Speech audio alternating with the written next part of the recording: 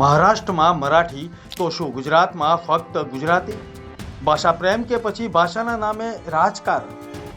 મહારાષ્ટ્રના નિર્ણય બાદ હવે ચર્ચા એ છે કે શું રિક્ષા ચાલકો માટે ભાષાનું બંધન યોગ્ય છે?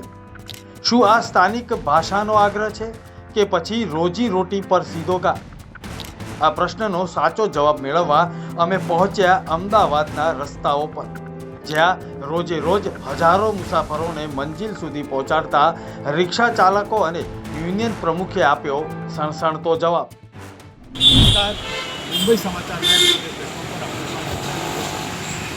મિત્રો, અત્યારે હાલ મહારાષ્ટ્રમાં, ખાસ કરીને મુંબઈમાં, જ્યારે રિક્ષા ચાલક અને ટેક્સી ચાલકોને મરાઠી ભાષા આવડવી જોઈએ તેવી વાત થઈ રહી છે, ત્યારે અમદાવાદના રિક્ષા ચાલકો શું કહી રહ્યા છે, તેમનો અભિપ્રાય શું છે, ગુજરાતી ભાષા સહિત કઈ કઈ ભાષા તેઓ જાણે છે તે પણ જાણવાનો પ્રયત્ન કરીશું અને મુસાફરો સાથે તેમનો સંવાદ કેવી રીતે તેઓ કરતા હોય છે, ખાસ કરીને જ્યારે બહારથી વિદેશીઓ અહીં આવતા હોય છે. મારી સાથે અમદાવાદ રિક્ષા ચાલક મહામંડળના પ્રમુખ વિજયભાઈ મકવાણા છે, તેમની સાથે આપણે વાત કરીએ. વિજયભાઈ, ખાસ કરીને મુંબઈમાં જ્યારે મરાઠી ભાષા આવડવી જોઈએ રિક્ષા ચાલકે અને ટેક્સી ચાલકે, તો અહીં આપને કેવો અનુભવ છે અમદાવાદ? એ મુંબઈની વાત કરીએ તો આ બાબતે અમે સખત શબ્દોમાં અમે વખોડીએ છીએ. અમદાવાદ શહેરની વાત કરું તો 2 થી 2.5 લાખ રિક્ષા ચાલકો છે અને આવો કોઈ ધર્મ નહીં. અમારા બધાનો એક જ ધર્મ છે, રિક્ષા ડ્રાઈવર. આમાં દરેક સમાજના લોકો વસતા હોય છે, દરેક ધર્મના લોકો જોડાયેલા હોય છે અને બહારથી મુસાફરો આવતા હોય એ પણ અલગ અલગ ભાષાના હોય છે, પરંતુ એને સમજવા એ બધી રીતે સમજી શકે છે. અને ખાસ કરીને હિન્દી આપણી રાષ્ટ્રભાષા છે, જે આખા દેશની અંદર બધી જગ્યાએ એનો ઉપયોગ થતો હોય છે. તો ખાસ કરીને આપના માધ્યમથી અમે એટલું જ કહેવા માગીએ છીએ કે જો એ રીતે બોમ્બેની અંદર જો ફરજિયાત કરતા હોય તો અહીંયા ગુજરાતની અંદર પણ ગુજરાતી મોટા પ્રમાણમાં છે, તો ગુજરાતી ભાષા એમને આવડવી જોઈએ.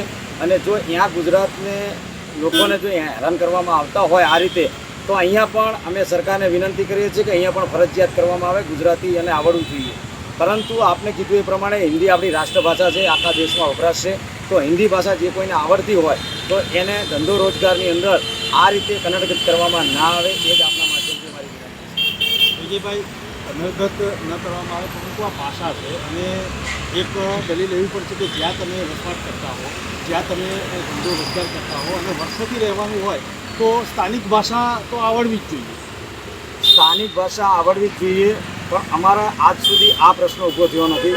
વર્ષોથી દેશ આઝાદ થયો ત્યાંથી લઈને અત્યાર સુધી હજારો લાખોની સંખ્યામાં રિક્ષા ડ્રાઈવરો આવ્યા અને ગયા, પરંતુ આજ દિન સુધી આ મુદ્દો આવ્યો નથી. પણ જ્યારે અમે સાંભળ્યું કે મુંબઈ મહારાષ્ટ્રની અંદર મરાઠી ભાષા ઉપર એટલું જોર લગાવવામાં આવ્યું છે, તો આની અંદર એક રાજકારણ ભળી ગયું છે કે જેની અંદર અમે પણ ઇન્વોલ્વ થયા છીએ. અને આપના માધ્યમથી એ પણ કહીએ છીએ કે લોકલ ભાષા જે ગુજરાતી છે, તો ગુજરાતમાં જેટલા પણ ધંધો રોજગાર કરતા હોય, ખાસ કરીને રિક્ષા ચાલકો, તો એને ગુજરાતી ભાષા આવડવી જ જોઈએ.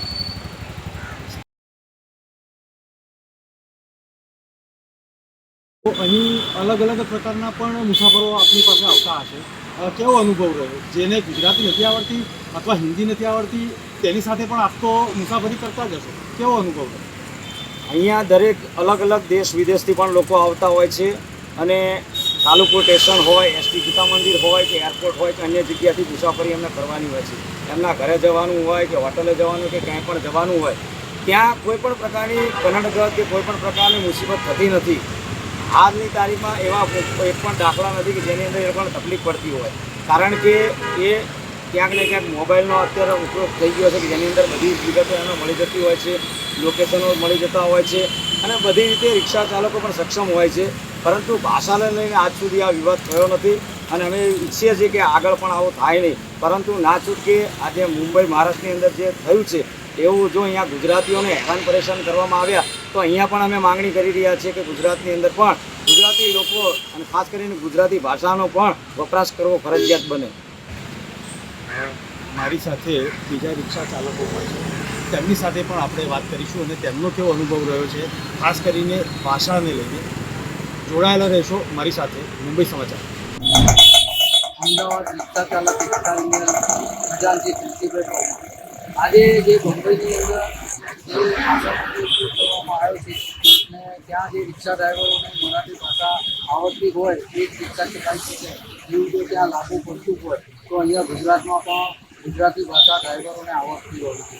કેમ કે વર્ષો પહેલાંથી અહીંયા હિન્દી, અંગ્રેજી અને અત્યારે પેસેન્જરો જે પણ આવે છે એ ઇંગ્લિશમાં બોલતા હોય તો અમને સમજ ના પડતી હોય તો અમને મોબાઈલથી યા તો મોબાઈલમાંથી કનેક્ટ કરીને અમે એમનું લોકેશનથી એમને ડ્રોપ કરી શકીએ છીએ અને આ રીતે અમે એમને સહયોગ કરીએ છીએ અને એમને ઉતારી શકીએ છીએ.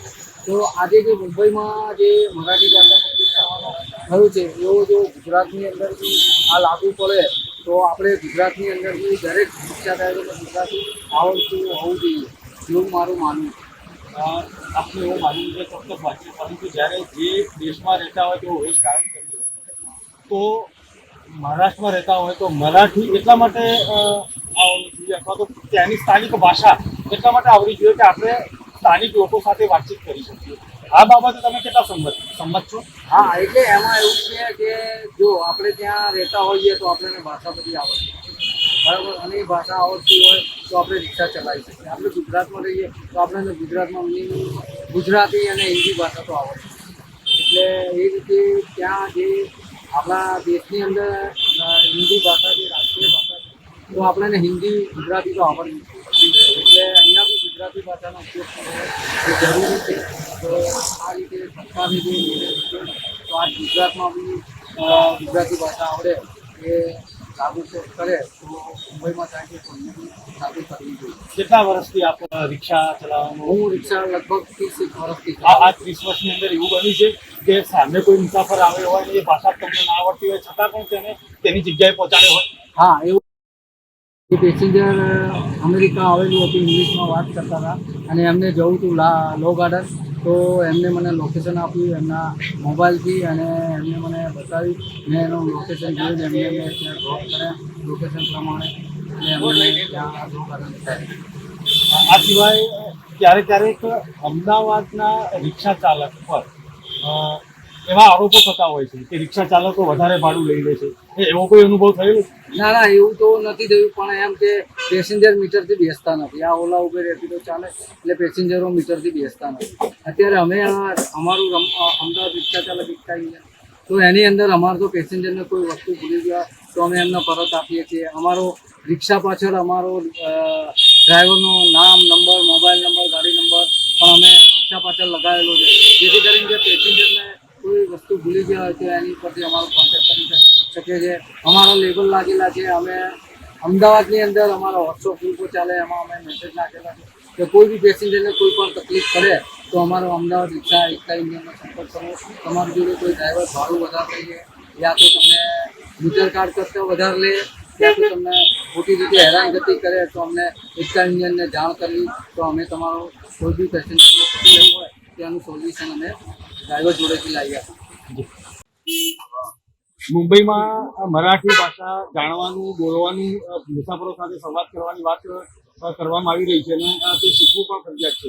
તો એ બાબતે અમદાવાદના રિક્ષા ચાલકોને આ બાબતનું કંઈ ભાષાનું કંઈ ફરજિયાત થયું હોય અથવા તો કરવું જોઈએ?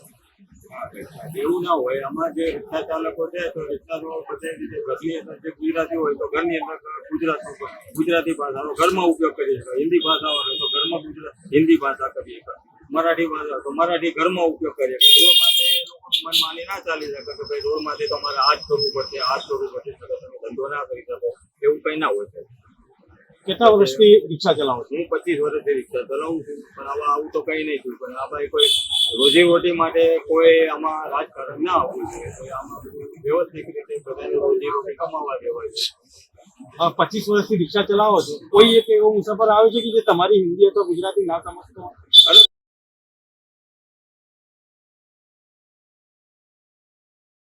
કોઈને પૂછી લઈએ કે ભાઈ આ શું કહેવા માંગે છે, આમ શું કરે છે, તો એની અમારે ઠેકાણે જાય તો કરી દઈએ.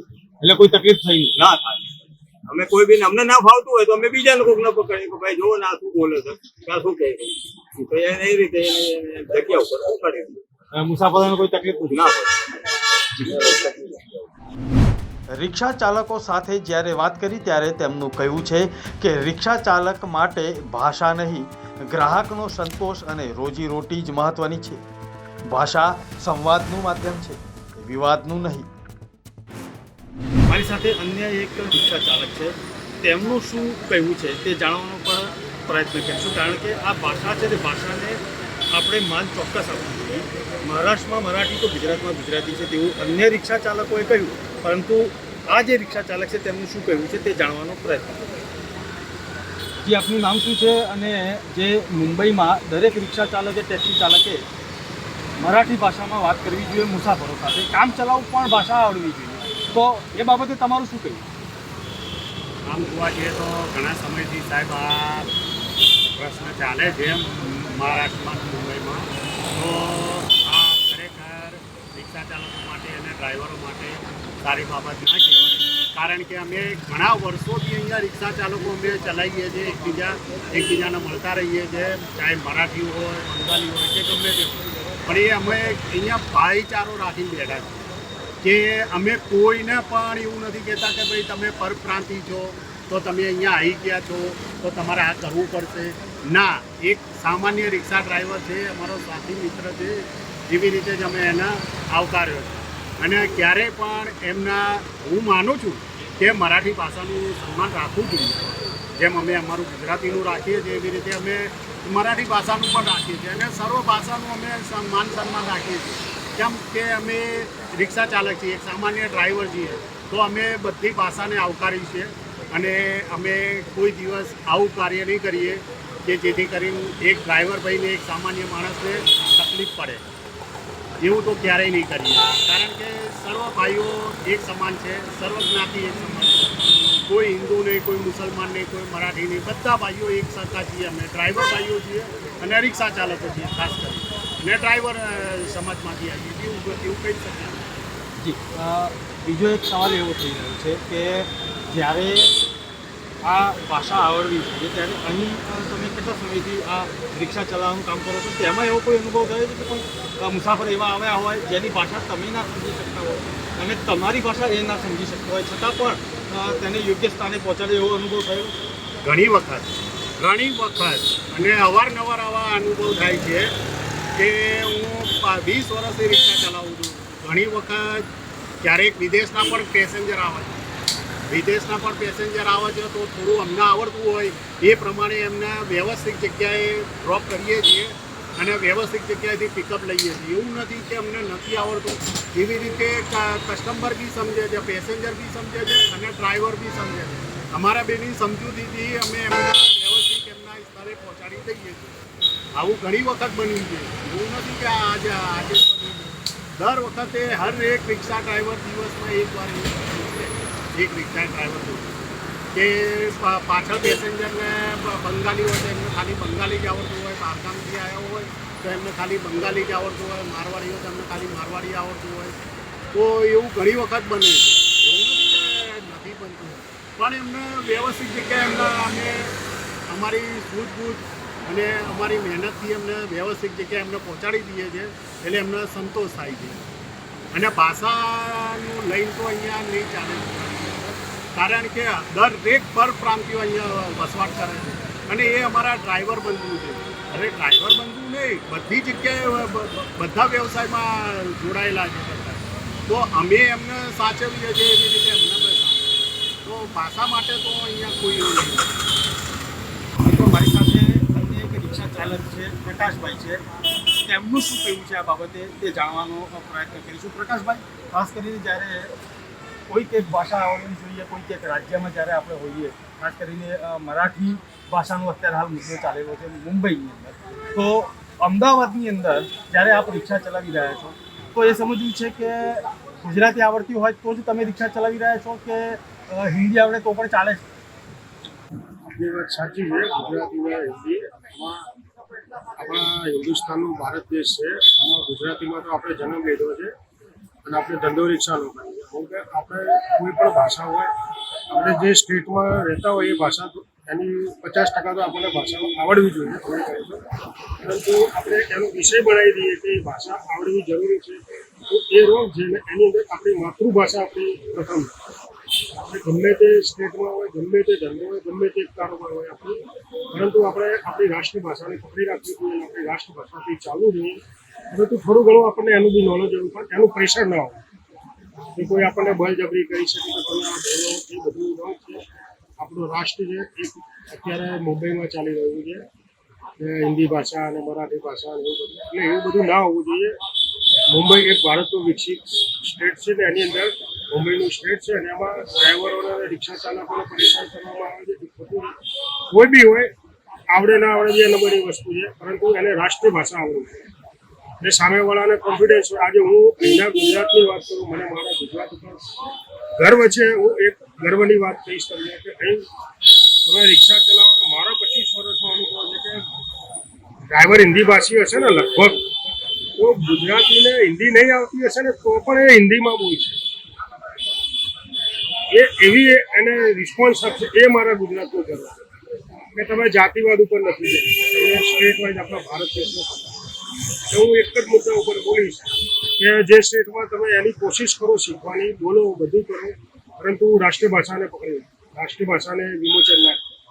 જય હિન્દ, જય ભારત. રિક્ષા ચાલકો કહી રહ્યા છે કે સ્થાનિક ભાષા અને સંસ્કૃતિનું જતન કરવું જરૂરી છે, પરંતુ તેનો આગ્રહ જ્યારે નિર્દોષ લોકો કે કામદારો પર સજ્જડ નિયમ તરીકે લાદવામાં આવે ત્યારે તે વિવાદ સર્જે છે. ભાષા અને પ્રાંતવાદના નામે રાજકારણ રમીને મતબેંક ઊભી કરવી દેશની એકતા અને આર્થિક વિકાસ માટે નુકસાનકારક છે. અન્ય એક રિક્ષા ચાલક લાલાભાઈ પંડ્યા, તેમની સાથે અમદાવાદના રિક્ષા ચાલકો શું કહી રહ્યા છે તે મત તો જાણીશું, પરંતુ વર્ષોનો તેમનો અનુભવ અને હું અમદાવાદનો રિક્ષાવાળો, જ્યારે આ વાત ગર્વથી તેઓ કહેતા હોય ત્યારે લાલાભાઈ મારે સમજવું છે કે કોઈ દિવસ ભાષા વચ્ચે આવી છે મુસાફરો અને તમારી વચ્ચે? ના, એવું કંઈ થયું નહીં અત્યાર સુધી, કેમ કે અમને બે ભાષા આવડે છે ને અમારી રાષ્ટ્રીય ભાષા છે હિન્દી. તો બેસિક અમદાવાદની અંદર ઘણા બધા વેપારી આવે છે જે બહારથી આવે છે, ઘણા બધા શિક્ષકો આવે છે જે બહારથી આવે છે, અને એમના વચ્ચે અમારે કોમ્યુનિકેશન સારું છે અને વ્યવહારિક રીતે એ બી સારું વર્તન કરે છે અમારી જોડે અને અમે બી સારું વર્તન કરીએ છીએ.